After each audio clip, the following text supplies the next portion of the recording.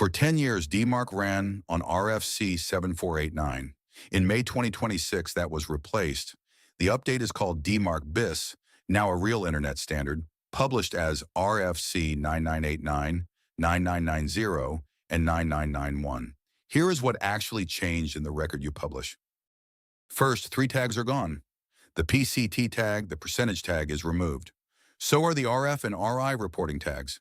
If a modern receiver sees PCT, it just ignores it. Second, a new flag replaces it. T, set T equals Y to mark a policy as test mode. Receivers apply the next lower policy, so P equals reject behaves like quarantine, and P equals quarantine behaves like none. Drop T equals Y and the full policy takes effect. Third, how receivers find your organizational domain changed.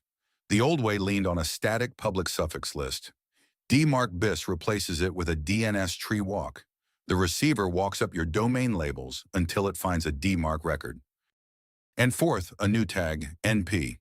It sets the policy for subdomains that do not exist.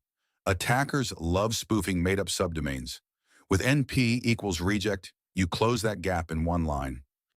So the to-do list is short. Remove PCT, RF, and RI, stage changes with T equals Y instead, and add an NP policy to lock down phantom subdomains. PhishFence reads your live record, flags the tags that no longer do anything, and tells you in plain language whether you are ready for DMARCbis. Start free at PhishFence.io.